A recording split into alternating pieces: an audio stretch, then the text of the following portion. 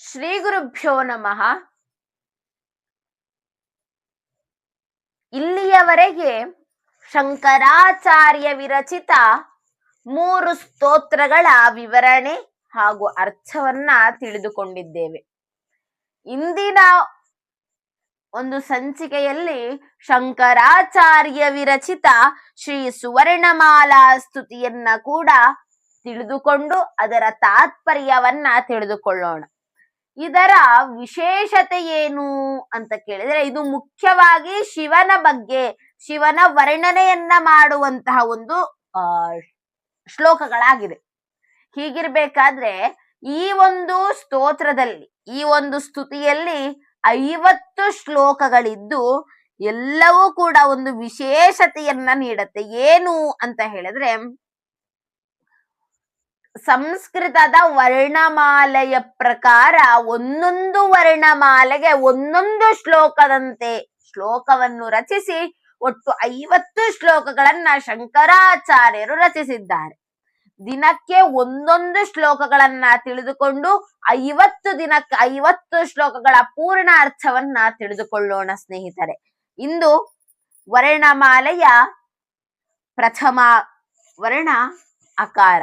ಅಕಾರದಿಂದ ಶಂಕರಾಚಾರ್ಯ ವಿರಚಿತ ಸುವರ್ಣಮಾಲಾ ಸ್ತುತಿ ಈಗ ತಮ್ಮ ಮುಂದೆ.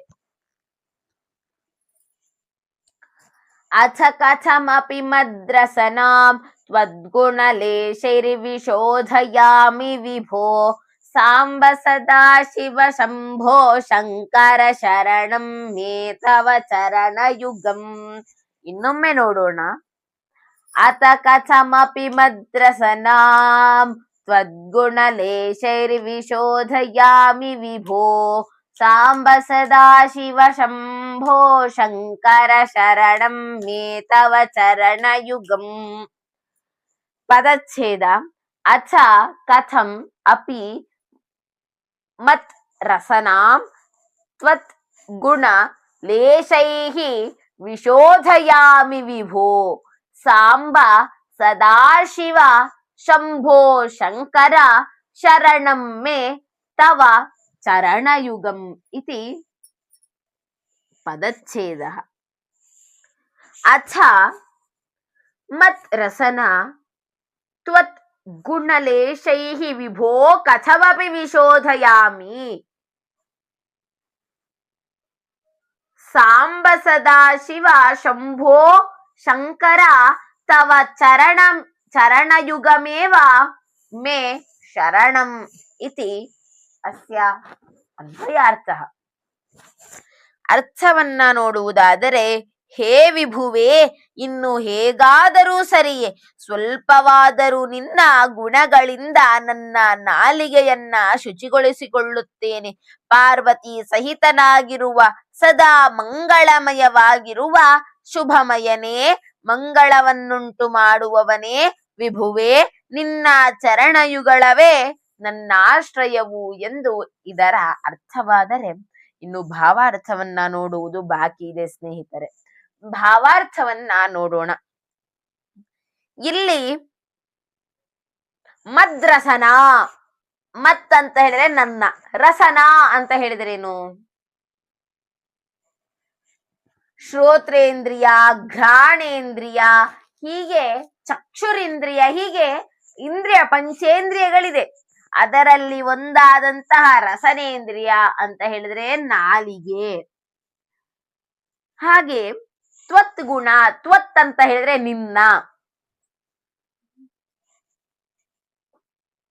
ನಿನ್ನ ಗುಣಗಳನ್ನ ತ್ವತ್ ರಸನ ತ್ವತ್ ಗುಣ ಲೇಶೈಃ ಕಥಮಪಿ ವಿಶೋಧಯಾಮಿ.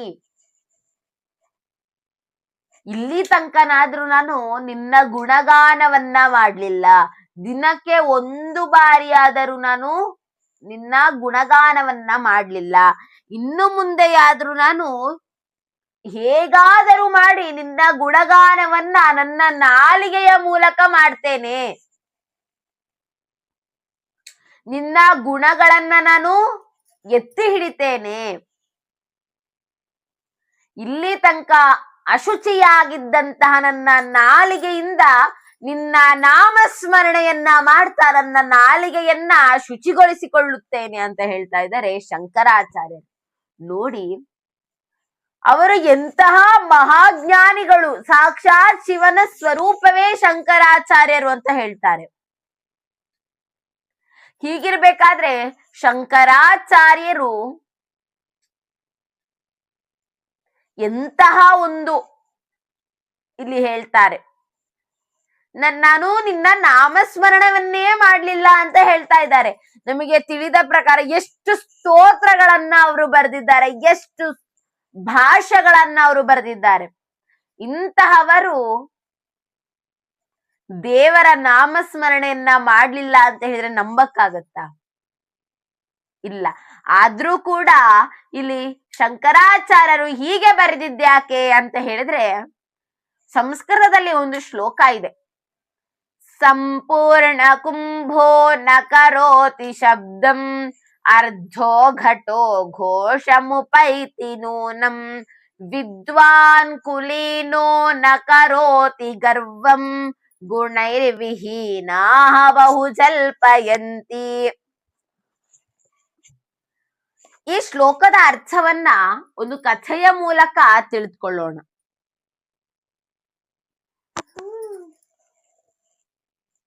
ಪಾಂಡುರಂಗ ಎಂಬ ಮಗನ ಹೆಸರು. ಅವರಿಗೆ ಸದಾಶಿವ ಎಂಬ ತಂದೆ. ಒಂದಿನ ಏನಾಗುತ್ತೆ ಅಂತ ಹೇಳಿದ್ರೆ, ಪಾಂಡುರಂಗನಿಗೆ ಒಂದು ಸಂಶಯ ಹುಟ್ಟತ್ತೆ. ಅವನು ಪ್ರಥಮ ತಂದೆಯ ಹತ್ರ ಹೋಗಿ ಕೇಳ್ತಾನೆ, ತಂದೆ, ಅಪ್ಪ ಸದಾಶಿವ, ನನ್ಗೊಂದು ಸಂಶಯ ಇದೆ.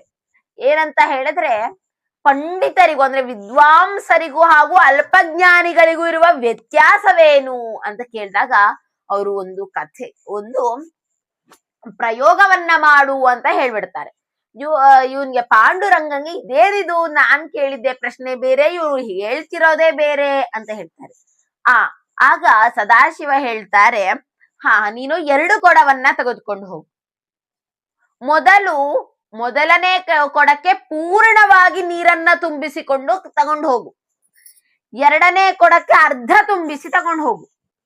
ಏನು ವ್ಯತ್ಯಾಸ ಕಂಡು ಬರುತ್ತೆ ಬಂದು ಹೇಳು ಅಂತ ಹೇಳ್ತಾರೆ ಸದಾಶಿವ. ಆಗ ಪಾಂಡುರಂಗ ಮೊದಲನೇ ಕೊಡದಲ್ಲಿ ಪೂರ್ಣ ನೀರನ್ನ ತೆಗೆದುಕೊಂಡು ಮನೆಯಿಂದ ದೇವಸ್ಥಾನದವರೆಗೂ ತಗೊಂಡು ಹೋಗಿರ್ತಾನೆ. ಇನ್ನು 2ನೇ ಕೊಡಕ್ಕೆ ಅರ್ಧ ನೀರನ್ನ ತುಂಬಿಸಿಕೊಂಡು ಹೋಗಿ ದೇವಸ್ಥಾನದ ಹತ್ರ ಇಡ್ತಾರೆ. ಆಗ ಬಂದು ತಂದೆ ಹತ್ರ ಹೇಳ್ತಾನೆ, ಅಪ್ಪ, ನಾನು 2 ಇದನ್ನ ತಗೊಂಡು ಹೋದೆ, ಆದ್ರೆ ನಂಗೆ ಕಂಡಿದ್ದೇನು ಅಂತ ಹೇಳಿದ್ರೆ, ಪೂರ್ಣವಾಗಿ ತುಂಬಿದ ಒಂದು ಕೊಡದಲ್ಲಿ ಯಾವುದೇ ಶಬ್ದವಾಗ್ಲಿಲ್ಲ, ಅರ್ಧ ತುಂಬಿದ ಕೊಡದಲ್ಲಿ ಶಬ್ದ ಹೆಚ್ಚಾಯಿತು ಅಂತ ಹೇಳಿದಾಗ ಅಪ್ಪ ಹೇಳ್ತಾರೆ, ಹಾಗೆ ಮಗನೇ, ಯಾರು ಪೂರ್ಣ ಜ್ಞಾನಿಗಳಾಗಿರ್ತಾರೋ ಅವರು ಅಹಂಕಾರವನ್ನ ಪಡೋದಿಲ್ಲ. ಯಾರು ಅಲ್ಪಜ್ಞಾನಿಗಳಾಗಿರ್ತಾರೋ ಅವರು ನನಗೆಲ್ಲಾ ಗೊತ್ತು ಅಂತ ಶಬ್ದ ಮಾಡ್ತಾನೆ ಇರ್ತಾರೆ ಅಂತ ಹೇಳಿದ್ರೆ ಅಲ್ಪಜ್ಞಾನಿಗಳಾಗಿರ್ತಾರೆ ಅಂತ ಕಥೆಯ ಮೂಲಕ ಹೇಳ್ತಾರೆ. ಹಾಗೆ ನಾವು ಏನ್ ತಿಳ್ಕೊಬೋದಿಲ್ಲಿ, ಶಂಕರಾಚಾರ್ಯರು ಪೂರ್ಣ ಜ್ಞಾನಿಗಳು, ಏನೂ ತಿಳಿದಿಲ್ಲ ಅಂತೆಲ್ಲ ವಿದ್ವಾಂಸರು. ಅದೇ ಹೇಳ್ತಾರಲ್ವಾ, ಸ್ವಗ್ರಹೇ ಪೂಜ್ಯತೆ ಮೂರ್ಖಃ ಸ್ವಗ್ರಾಮೇ ಪೂಜ್ಯತೆ ಪ್ರಭುಃ ಸ್ವದೇಶೇ ಪೂಜ್ಯತೆ ರಾಜ ವಿದ್ವಾನ್ ಸರ್ವತ್ರ ಪೂಜ್ಯತೆ. ತನ್ನ ಮನೆಯಲ್ಲಿ ಮೂರ್ಖ ಮನೆಯಲ್ಲಿ ಮಾತ್ರ ಪೂಜಿಸಲ್ಪಡ್ತಾನೆ, ಪ್ರಭು ತನ್ನ ಗ್ರಾಮದಲ್ಲಿ ಮಾತ್ರ ಪೂಜಿಸಲ್ಪಡ್ತಾನೆ, ರಾಜ ತನ್ನ ದೇಶದಲ್ಲಷ್ಟೇ ಪೂಜಿಸಲ್ಪಟ್ಟರೆ ವಿದ್ವಾಂಸ ಇಡೀ ಜಗತ್ತಲ್ಲಿ ಎಲ್ಲಾ ಕಡೆ ಪೂಜಿಸಲ್ಪಡ್ತಾನೆ ಅಂತ ಇದರ ಶ್ಲೋಕದ ಅರ್ಥ. ಶಂಕರಾಚಾರ್ಯರು ಎಲ್ಲಾ ಕಡೆ ಪೂಜಿಸಲ್ಪಡ್ತಾ ಇದ್ದಾರೆ ಅಂತ ಅರ್ಥ ಏನು? ಅವರು ವಿದ್ವಾಂಸರು ಎಂದು ಅರ್ಥ. ನಮಗೆ ತಿಳಿದಂಗೆ ವಿದ್ವಾಂಸರು ಎಂದೂ ಅಹಂಕಾರವನ್ನ ಪಡೋದಿಲ್ಲ. ಆ ಒಂದು ಭಾವನೆ, ಆ ವಿದ್ವಾಂಸರು ಅಹಂಕಾರವನ್ನ ಪಡೋದಿಲ್ಲ ಎಂಬ ನುಡಿಗೆ ತಕ್ಕಂತೆ ಇರೋದು ಈ ಶ್ಲೋಕ.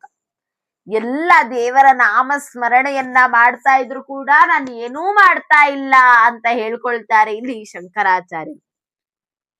ಹಾಗೆ ಇಲ್ಲಿ ಶಿವನನ್ನ ಮಂಗಳಮಯ ಅಂತ ಕರೆದಿದ್ದಾರೆ. ಮಂಗಳಮಯ, ಮಂಗಳವನ್ನ ಉಂಟು ಮಾಡುವವನು. ಶಿವ ಅಂತ ಹೇಳಿದ್ರೆ ಏನು, ಅವನಿಗೆ ಶಿವ ಅಂತ ಏನಕ್ಕೆ ಹೆಸರು ಬಂತು ಅಂತ ಹೇಳಿದ್ರೆ, ಶಿವ ಅಂತ ಹೇಳಿದ್ರೆ ಮಂಗಳ ಅಂತ ಅರ್ಥ. ಅಮರಸಿಂಹನ ಅಮರ ವಾಕ್ಯ ಹೀಗಿದೆ: ಸ್ವಶ್ರೇಯಸಂ ಶಿವಂ ಭದ್ರಂ ಕಲ್ಯಾಣಂ ಮಂಗಲಂ ಶುಭಂ ಎಂದು. ಶಿವ ಅಂತ ಹೇಳಿದ್ರೆ ಮಂಗಳ, ಕಲ್ಯಾಣ, ಶ್ರೇಯಸ್ಸು, ಇದೆಲ್ಲವೂ ಕೂಡ ಮಂಗಳದ ಪರ್ಯಾಯ ಪದಗಳು. ಮಂಗಳವನ್ನ ಉಂಟು ಮಾಡ್ತಾನೆ ಅಂತ ಶಿವ. ಶಿವಂ ಕರೋತಿ ಇತಿ ಶಿವ, ಒಳ್ಳೆಯದನ್ನ ಮಾಡ್ತಾನೆ ಎಂದು ಶಿವ. ಹೀಗೆ ವಿಭು ಸರ್ವತ್ರ ವ್ಯಾಪ್ತಃ, ಇಂತಹ ವಿಭುವೇ ಈಗಲಾದರೂ, ಶಿವನೇ ಈಗಲಾದರೂ ನಿನ್ನ ಒಂದು ನಾಮಸ್ಮರಣೆಯನ್ನ ನನ್ನ ನಾಲಿಗೆಯಿಂದ ಮಾಡಲ್ಪಟ್ಟು ನಿನ್ನ ಚರಣಯುಗಗಳು ಅಂತ ಹೇಳಿದ್ರೆ, 2 ಕಾಲುಗಳಿಗೆ ಚರಣಯುಗ ಅಂತ ಕರೀತಾರೆ. ನಿನ್ನ 2 ಕಾಲನ್ನ ಆಶ್ರಯಿಸುತ್ತೇನೆ ಅಂದ್ರೆ, ಕಾಲನ್ನು ಆಶ್ರಯಿಸುತ್ತೇನೆ ಅಂದ್ರೆ ಭಾವಾರ್ಥ ಏನ್ ತಿಳ್ಕೊಬೇಕು ಅಂದ್ರೆ, ನಿನ್ನನ್ನೇ ಆಶ್ರಯಿಸ್ತೇನೆ, ನೀನ್ ಬಿಟ್ಟು ನನಗೆ ಯಾವುದೂ ಇಲ್ಲ. ಹಾಗೆ ದೇವರ ಒಂದು ಕಾಲಿನ ಧೂಳಿನಷ್ಟು ಸಾಕು, ಅಷ್ಟೇ ಆಶೀರ್ವಾದ ಸಿಕ್ಕರೆ ಸಾಕು ನಮ್ಮ ಜೀವನ ಉದ್ಧಾರವಾಗಲು. ಇನ್ನು ಅವನದೇ ಆಶೀರ್ವಾದ ಸಿಕ್ಬಿಟ್ರೆ ಎಷ್ಟು ಅದೃಷ್ಟವಂತರಲ್ವಾ. ಹಾಗೆ ಶಂಕರಾಚಾರ್ಯರು ಹೇಳುವಂತೆ, ನಾವು ಪ್ರತಿನಿತ್ಯವಾದರೂ ನಮ್ಮ ನಾಲಿಗೆ ಎಷ್ಟು ಬಾರಿ ದೋಷಗಳನ್ನ ಮಾಡಿರ್ಬೋದು, ಅದರ ನಿವಾರಣೆಗಾಗಿ ದಿನಕ್ಕೆ 1 ಬಾರಿಯಾದರೂ ದೇವರ ನಾಮಸ್ಮರಣೆಯನ್ನ ಮಾಡೋಣ. ಇಷ್ಟ ದೇವರ ನಾಮಸ್ಮರಣೆಯನ್ನ ಮಾಡೋಣ. ನಿಮಗೆ ದುರ್ಗೆ ಇಷ್ಟನ ದುರ್ಗೆ ನಾಮಸ್ಮರಣೆ, ಕೇಶವ ಇಷ್ಟನ ಕೇಶವನ ನಾಮಸ್ಮರಣೆ, ರಾಘವೇಂದ್ರ ಇಷ್ಟನ ರಾಘವೇಂದ್ರ ನಾಮಸ್ಮರಣೆ, ದೇವಿ ಇಷ್ಟನ ದೇವಿಯ ನಾಮಸ್ಮರಣೆ ಮಾಡಬಹುದು. ಯಾಕಂತ ಹೇಳಿದ್ರೆ, ಆಕಾಶಾತ್ ಪತಿತಂ ತೋಯಂ ಯಥಾ ಗಚ್ಚತಿ ಸಾಗರಂ ಸರ್ವದೇವ ನಮಸ್ಕಾರ ಕೇಶವಂ ಪ್ರತಿ ಗಚ್ಚತಿ. ಹೇಗೆ ಆಕಾಶದಿಂದ ಬಂದಂತಹ ನೀರು ಕೊನೆಗೆ ಸಾಗರವನ್ನೇ ಸೇರುತ್ತದೆಯೋ, ಹಾಗೆ ಎಲ್ಲಾ ದೇವರಿಗೂ ಮಾಡಿದ ನಮಸ್ಕಾರ ಕೇಶವನಿಗೆ ಸಲ್ಲುತ್ತದೆ, ಪರಬ್ರಹ್ಮನಿಗೆ ಸಲ್ಲುತ್ತದೆ ಎಂದು ತಾತ್ಪರ್ಯ.